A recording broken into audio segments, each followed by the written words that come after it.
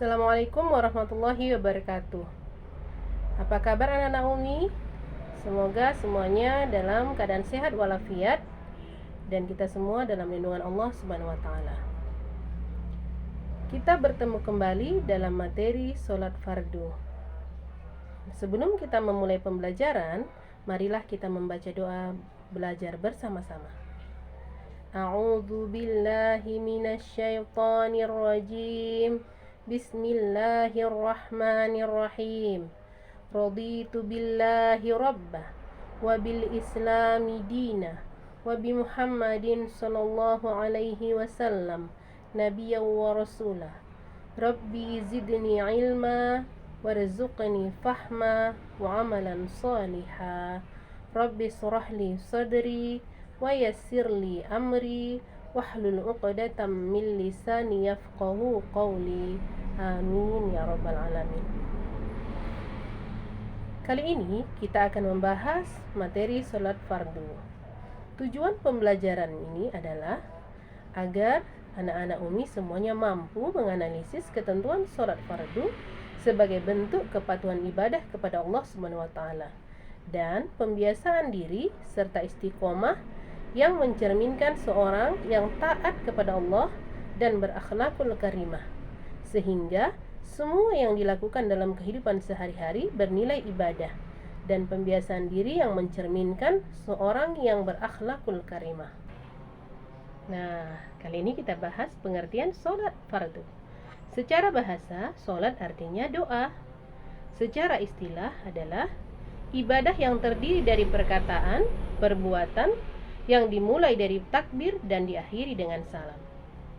Dasar hukum diwajibkannya sholat adalah Quran Surah Al-Ankabut ayat 45. Bismillahirrahmanirrahim. Wa aqimis shalah innas sholata tanha 'anil fahsya'i wal munkar.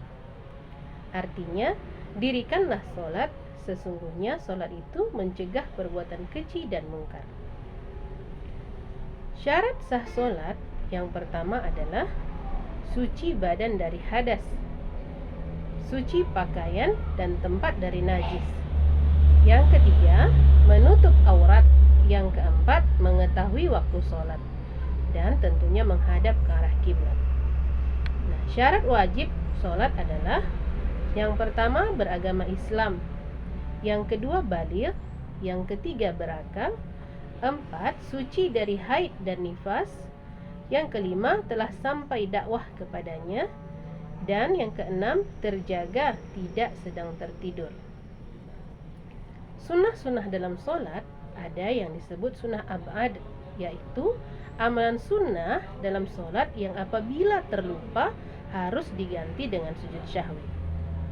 Yang pertama seperti tasyahud awal, kemudian membaca sholawat pada tasyahud awal, membaca sholawat atas keluarga Nabi pada tasyahud akhir, membaca kunut pada sholat subuh. Nah, jika kita terlupa, maka harus diganti dengan sujud syahwi. Kemudian sunnah hayat. Sunnah hayat ini adalah sunnah-sunnah yang apabila kita terlupa tidak perlu diganti dengan sujud syahwi.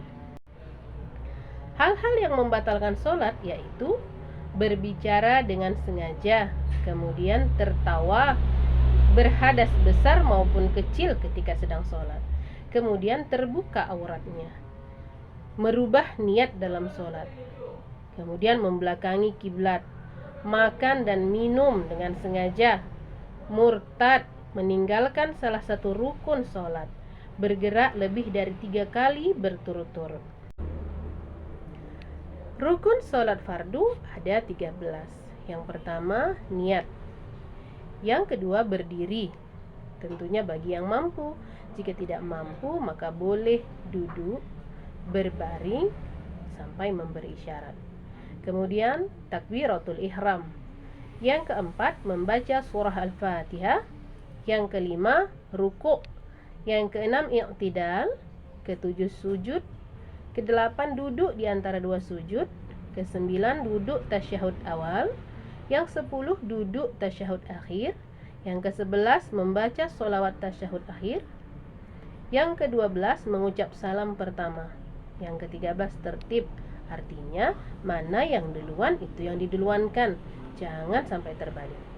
Nah, anak-anak Umi, bacaan dalam sholat yaitu bisa diperhatikan kemari, bacaan takbir yaitu Allahu Akbar, kemudian doa iftitah, lanjut dengan suratul Fatihah, kemudian membaca ayat-ayat pendek, kemudian dilanjut dengan ruku', kemudian i'tidal, dilanjut dengan sujud, duduk di antara dua sujud, dan dilanjut kemudian duduk tasyahud.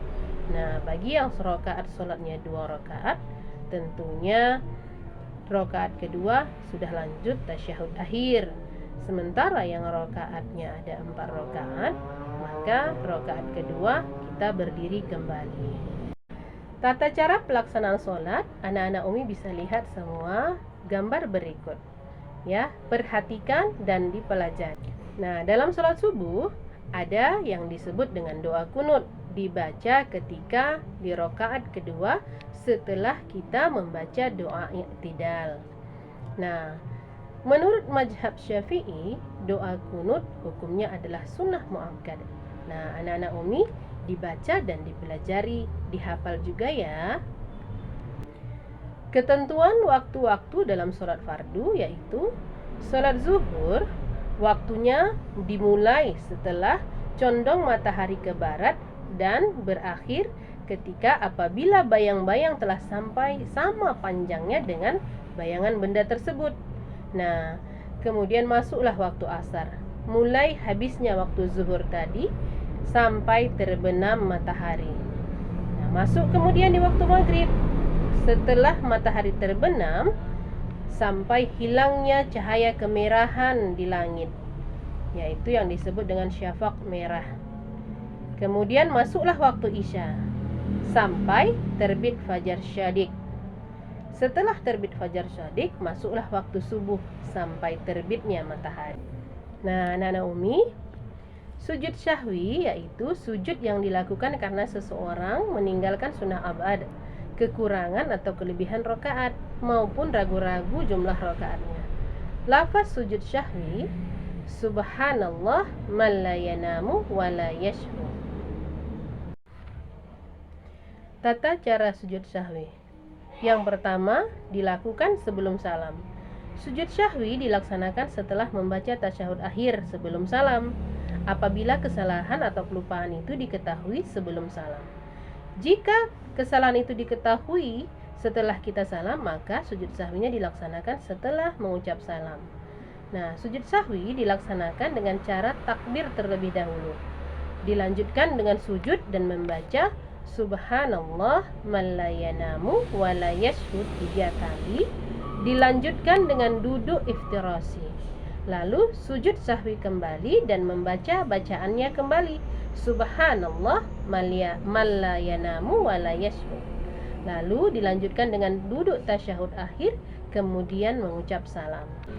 Nilai-nilai pendidikan yang terkandung di dalam sholat yaitu sholat diawali dengan bersuci, tentunya mengajarkan kita untuk senantiasa hidup sehat dan bersih dan selalu berada dalam lindungan Allah Subhanahu wa taala.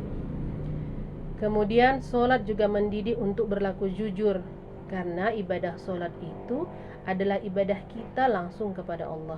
Tidak ada yang melihat, tidak ada yang memprotes, jadi harus berlaku jujur. Kemudian wujud terhadap nilai keikhlasan kepada Allah. Kekhusyuan dan keikhlasan kita untuk melaksanakan sholat akan mendidik kita untuk menjadi orang yang ikhlas dalam beribadah. Sholat diakhiri dengan salam ke kanan dan ke kiri, yaitu mendoakan golongan kanan dan golongan kiri, dan membiasakan kita untuk senantiasa mendoakan sesama umat manusia. Nah, berakhirnya PPT kita kali ini, maka berakhir pula lah pembelajaran kita. Untuk mengambil berkahnya, marilah kita berdoa bersama. Doa penutup majlis. Bismillahirrahmanirrahim. Subhanakallahumma wa bihamdika, ashhadu an la ilaha illa anta, astaghfiruka wa atubu ilaik. Amin ya rabbal alamin. Nah, sampai bertemu kembali anak-anak Umi di video selanjutnya. Terus semangat belajar dan jangan menyerah. Ayo, kamu pasti bisa. Assalamualaikum warahmatullahi wabarakatuh.